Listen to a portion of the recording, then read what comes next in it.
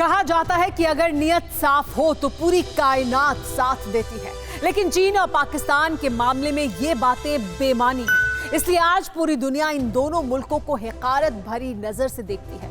बदकिस्मती से दोनों हमारे पड़ोसी हैं और हमारी सरहद पर साजिशों में दोनों साझीदार भी हैं। हमारे देश की करीब 15,106 किलोमीटर लंबी सरहद है जो 7 देशों से लगती है। ये देश हैं बांग्लादेश, चीन, पाकिस्तान, नेपाल, म्यांमार, भूटान और अफगानिस्तान। इन 7 देशों में सबसे ज्यादा 3,488 किलोमीटर लंबी सीमा चीन से लगती है, जिसे LAC यानी लाइन ऑफ एक्चुअल कंट्रोल कहा जाता है। वहीं पाकिस्तान से लगती हमारी सरहद करीब 3,323 किलोमीटर लंबी है, जिसमें से 750 किलोमीटर LOC है। LAC के पार जहां चीन की चांडाल चौकड़ी है, वहीं LOC के पार जिन्ना के वारिसों की सरपरस्ती में पलने वाले दहशतगर्दों की टोली है। LAC पर चीन को उसकी गद्दारी की थोड़ी सजा मिल चुकी है।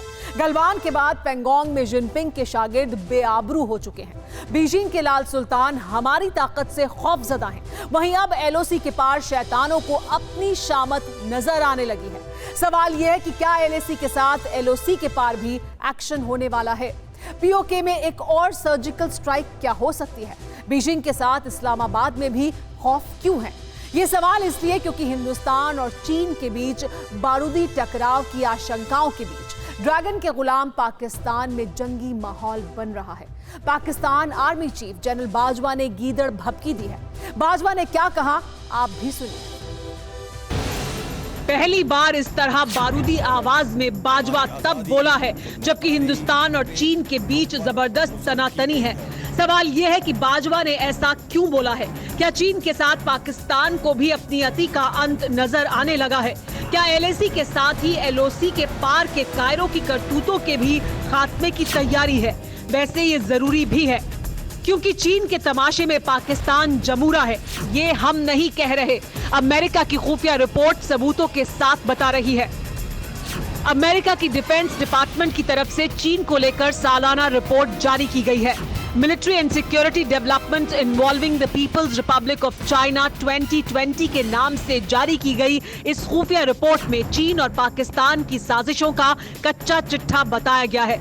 रिपोर्ट के मुताबिक चीन पाकिस्तान की फौज के ठिकानों का इस्तेमाल कर रहा है। पाकिस्तानी फौज के ठिकानों पर चीन अपनी तैनाती बढ़ा रहा है। इसके अलावा चीन पाकिस्तान को हथियार और नई तकनीक देने में जुटा है। जानकारी के मुताबिक चीन अपने BT-4 टैंक की नई तकनीक पाकिस्तान को दे रहा है। BT-4 मेन बैटल टैंक है जिसका इस्तेमाल चीन की सेना करती है। इतना ही नहीं, राफेल की गर्जना से खौफ के साए में जी रहे पाकिस्तानी हुक्मरानों को अब चीन J-10C फाइटर जेट भी दे रहा है। चीन दावा करता है कि J-10C fighter jet 4th generation का फाइटर जेट है, लेकिन दुनिया के जानकार इसे कबाड़ से ज्यादा नहीं मानते हैं।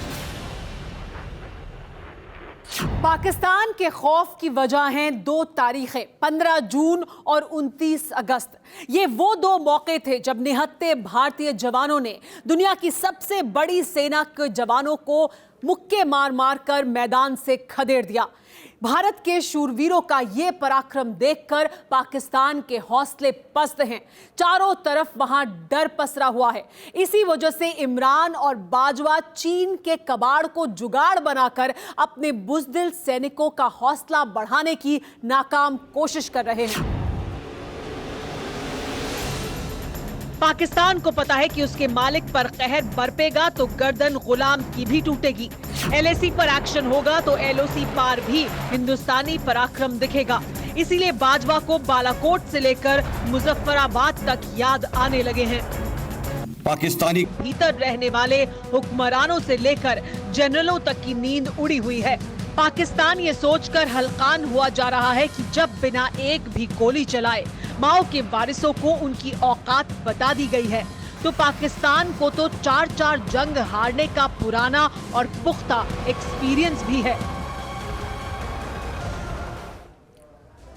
7.5 दशक का वक्त किसी मुल्क का मुस्तकबिल संवारने के लिए कम नहीं होता, लेकिन नफरत की नींव पर वजूद में आए पाकिस्तान और विस्तारवादी सोच वाले चीन जैसे मुल्क के मामले में ये बातें बेमानी हैं। जरा सोचिए, दुनिया के सामने झोली फैलाकर खैरात मांगने वाले जिन्ना के मुल्क के हुक्मरान अगर इतनी कद्र आवाम की करते तो तस्वीर कुछ और होती।